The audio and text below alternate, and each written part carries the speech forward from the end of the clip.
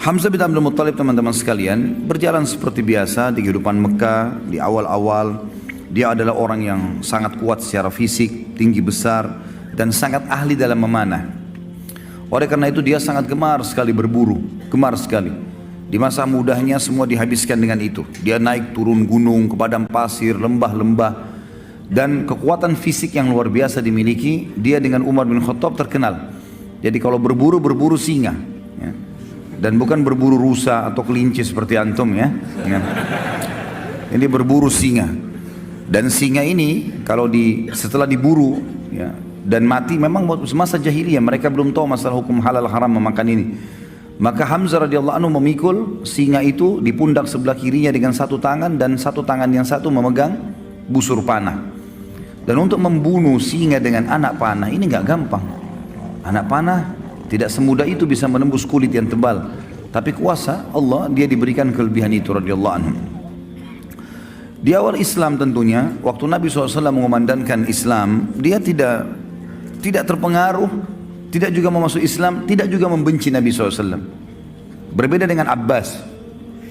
Abbas radhiyallahu anhu, nanti kita akan jelaskan, dia tidak masuk Islam untuk menjaga hubungan dengan kaumnya, tapi dia suka dengan Islam. Hamzah tidak cenderung kepada keduanya, tidak ikut-ikutan membenci Islam, tidak juga mendukung keponakannya. Makanya yang paling condong mendukung itu adalah Abu Talib sebenarnya. Tapi yang jelas teman-teman sekalian, ada satu kejadian dengan hikmah Allah terjadilah masuk Islamnya tokoh kita ini dengan tiba-tiba begitu saja. Kisahnya adalah pernah satu waktu Nabi SAW waktu di Mekah selalu dicaci maki, dan caci makian ini selalu dianggap biasa oleh baginda Nabi SAW. Biasa sekali dianggap, sudahlah, kamu penyihir, didiamin. Kamu penjahat, didiamin. Kamu penyamun, dibiarin. Bahkan Nabi SAW pernah lagi sujud, dituangkan kotoran unta di atas leher beliau, beliau SAW diam. Bahkan pernah batang leher beliau diinjak, ya, sampai susah bernafas, gitu kan. Namun Nabi SAW sabar, dibiarin saja, karena tidak ada kekuatan di Mekah. Beliau bersabar dan belum ada perintah untuk melawan pada saat itu. Tapi satu waktu teman-teman sekalian, Abu Jahal waktu melihat Nabi SAW lagi tawaf, dia mengucapkan kata-kata yang sangat menyakitkan, bahkan lebih sakit daripada melukai fisik. Namun dalam buku sejarah tentu tidak disebutkan cacian itu seperti apa. Cuman hampir semuanya mengatakan cacian itu sangat menyakitkan, bahkan mengalahkan sakitnya fisik. Penghinaan yang luar biasa. Dan tidak ada orang yang membela Nabi SAW walaupun dari suku beliau. Ada seorang budak wanita, budaknya Abdullah bin Jud'an.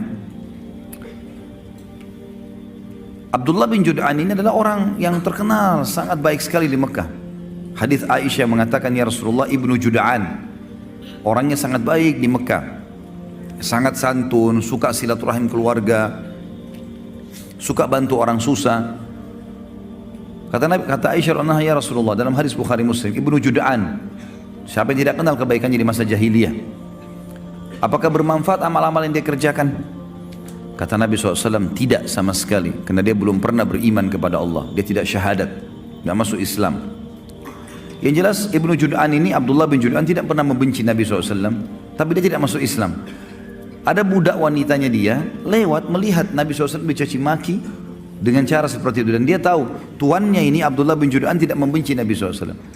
Maka dia pun berusaha mengangkat suaranya mengatakan, hai Quraisy, tidakkah kalian punya sopan santun? Kenapa kalian membiarkan ini? Kenapa dicaci maki? Nggak ada yang peduli. Apalagi ini budak wanita yang bicara. Maka budak ini lari keliling sampai dia keluar pintu gerbang Mekah yang dikenal dengan pintu Bani Syaibah. Begitu keluar di sana dia temu Hamzah. Hamzah baru pulang dari berburu, lagi bawa singa, ya, di pundak kirinya dengan pegang busur panah. Dan ini yang buat ini cuma Umar bin Khattab sama Hamzah berdua. Kalau dua orang ini masuk ke Mekah sendirian, berburu tidak ditemani sama teman-temannya, sendirian. Yang lain semua pada sibuk, pada mengajak teman-temannya kalau berburu untuk berjaga-jaga, dia enggak. Begitu lewat, budak ini mengatakan, wahai Hamzah, tidakkah kau mengetahui apa yang Abu Hakam lakukan terhadap ponakanmu Muhammad? Kata Hamzah, apa yang dilakukan?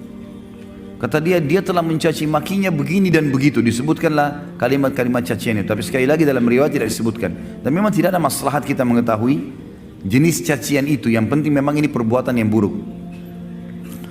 Maka kata Hamzah, tidak ada yang membelahnya. Kata budak tersebut, demi Allah tidak ada. Maka Hamzah nggak pakai tunggu pada saat itu. Sambil membawa singa, sambil memegang busur, langsung datangi Abu Jahal di dekat Ka'bah. Tidak pakai banyak ngomong. Singanya ditaruh di sebelah situ, kepalanya Abu Jahal dihantam dengan busur. Berdarah, luka. Karena Abu Jahal waktu itu dianggap rajanya Mekkah lah istilahnya, orang yang dituakan di situ. Maka orang-orang sekitarnya mau membela. Kata Hamzah, silahkan, maju silahkan, siap untuk mati. Hamzah mau membela. Lalu dia mengatakan kepada Abu Jahal, hai Abu Hakam, berani benar kau caci maki ponakanku, sementara aku dalam agamanya. Kalimat itu, sementara aku dalam agamanya. Padahal Hamzah belum masuk Islam ini. Dia pun tidak tahu kenapa dia ucapkan kalimat itu. Maka Abu Jahal mengatakan, biarkan dia, memang saya yang salah, saya sudah berlebihan telah menghina keponakannya. Hamzah radhiyallahu anhu pulang ke rumahnya, dia renungi kalimat tersebut. Kenapa tadi saya ucapin nih? Apakah besok saya harus kembali ke Quraisy dan mengatakan bahwasanya saya bukan di agamanya Muhammad? Nah, ini aib bagi orang Arab, menjilat kembali ludahnya. Sudah mengucapkan lalu ditarik, nggak mungkin. Tapi kalau saya tidak perbaiki, saya bukan Muslim, bukan agamanya Muhammad ini. Dia bingung pada saat itu. Pada malam itu dikatakan dalam riwayat-riwayat yang sahih, dia berdoa kepada Allah mengatakan, ya Allah, kalau agama keponakanku Muhammad benar, tanamkan dalam hatiku. Dan kalau seandainya tidak benar, maka hilangkanlah, berikanlah aku solusi dengan Quraisy. Maka Hamzah pun berkata keesokan paginya pada saat dia bangun, dia merasa dekat, dia merasa tenang dengan agama Nabi SAW, maka dia pun datang mengucapkan syahadat. Dan ini rahasia masuk Islamnya Hamzah radhiyallahu anhu. Masuk Islamnya Hamzah radhiyallahu anhu.